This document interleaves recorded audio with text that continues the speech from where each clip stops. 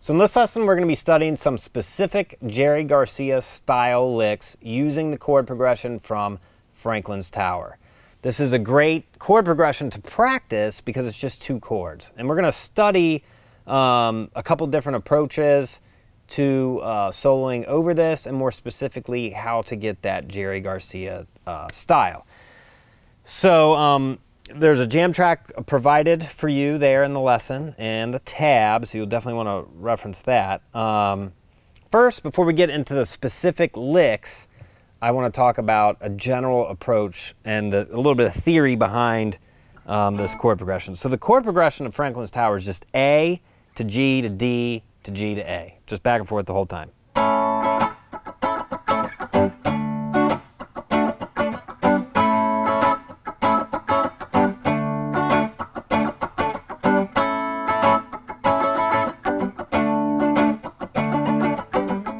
Something like that, okay? So when you analyze it, you got to kind of know this theory when you're going to improvise over stuff, so you know kind of what tools you can use. So it's A to G to D. There's kind of 2 ways to look at this, and they're both the same really, but A, G, D, those would be 3 chords in A mixolydian mode, because A mixolydian uses the flat 7, and that's where the G comes from. So it'd be 1 is your A, flat 7 G, and your 4 is D. That would fit mixolydian, A mixolydian. You could also look at this as just regular D major. And A mixolydian and D major are relative modes. They have the same notes. So it's really kind of the same thing. So in D, if you're looking at it as D major, it's 1, 4, I'm sorry, the A's be the 5, the G is the 4, and the D is the 1. So when you're going to solo over this, you can use A mixolydian or D major, but they're the same notes, they're relative positions. You know, if you got D major,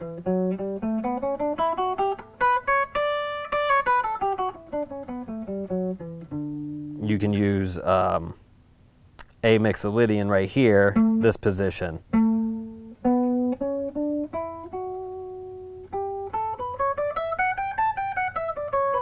Which is like a Phrygian fingering. So A mixolydian is all the way up here, but he's really staying in this Phrygian fingering. It's not Phrygian, it's the same fingering if you go back and study all those fingerings and how you get around the neck. That's what we're talking about here. It also is a very common pentatonic major fingering that we use. So if this is your A right here, this is the 17th fret.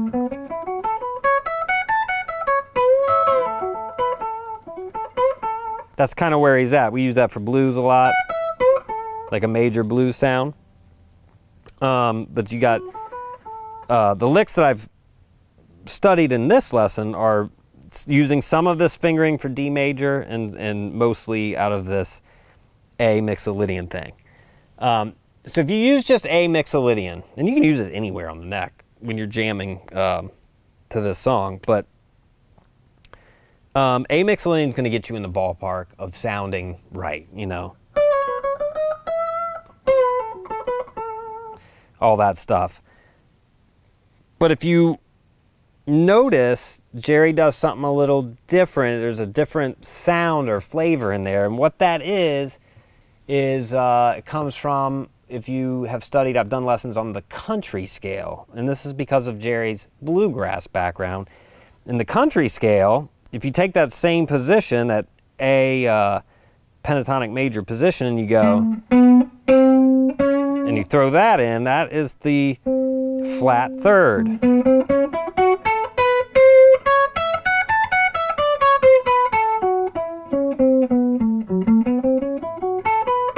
So you're throwing it in those 2 spots.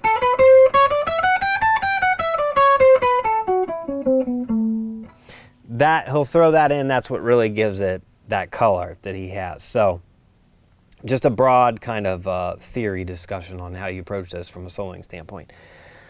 You'll see how he uses those things in these licks. So let's take a look at the very first lick. It sounds like this. And this is going to be over the A chord. So all that is 16 to 14 to 16. Then 17, that's that flat third. And then 14 on the B string. Then you're going to do a chromatic walk up to 17. That's another thing that he does. He does these chromatic things. So 14, 15, 16, 17, then 15 to 14.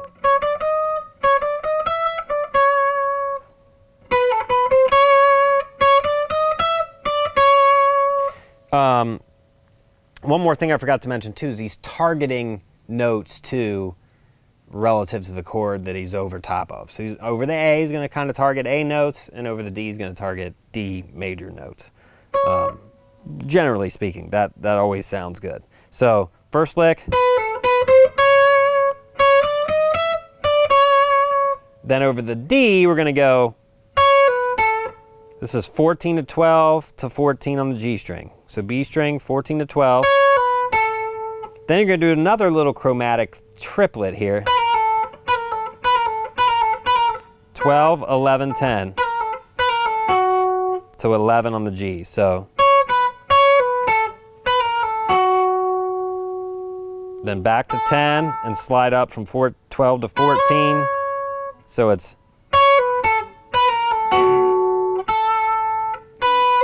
and then land on the 10 or 12 on the high E string. I'm sorry, the 10. It's gonna be the 10. 10. You could do 12 too. That's like the 2 of the D chord, or makes it kind of a 9 chord. Either one works. So far we have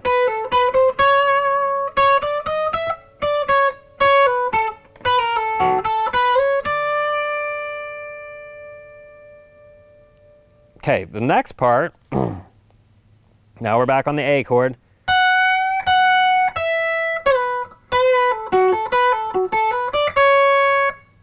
That's the next, that goes into the D chord as well. So over the A, we have this half bend on the 14th fret of the E string. So you're kind of bending to the 15th fret, then release it, then 12. Now we're going to do a 14 to 12 quick slide on the B string, like that. Now we have a bend, release, pull off, 12, down, release to 10, then to 11 on the G string. Then back to 10. And then pull off again from 12 to 10 to 11. So we have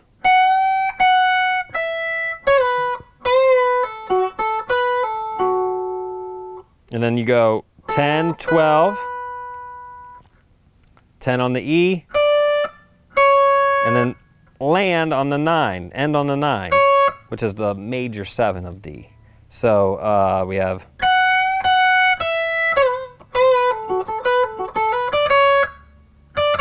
like that.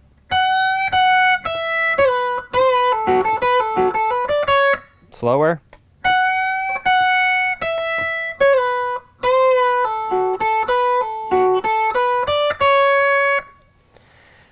Okay, so a few more. So we're still in bar 4 here. There's some pickup notes going into the next A chord, and we have, that's just 14, 16 on the G, 14, 15, 17 on the B. Okay, now we got a bunch of, this is a little quicker run. We have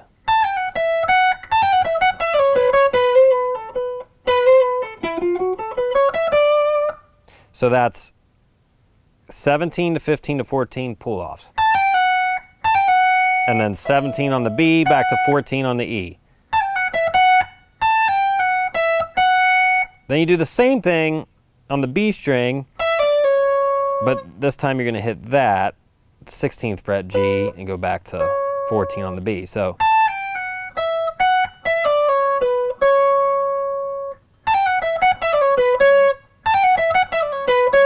and then you could do this. There's that flat third again. So slide up, back, and pull off to 14. And then you do. Now this is a chromatic thing, but it's also, because we're on the D chord, that's the flat third of D there. So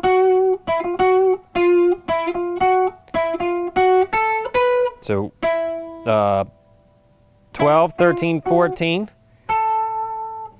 14, 15, 16, 14, 16, 14, 17, 15, and that's how you land on the D note there.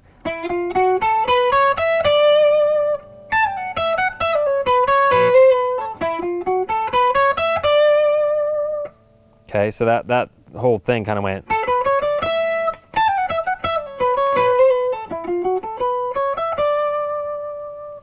All right, so hopefully you're seeing these concepts within these licks in the song. So the last lick is kind of a classic cascading, descending lick of Jerry Garcia.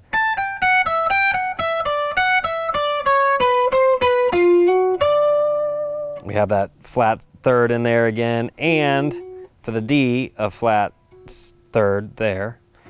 So that's 17, 15, 14 to 17 on the B string. Then we do 15, 14, 17, 15. And then you do 14, 17, 15, 14. Sorry. Then you do 16, 17, 16 on the G string. And then 15 to 16 on the D, and then 15 on the B. You could slide it. That'd be kind of cool.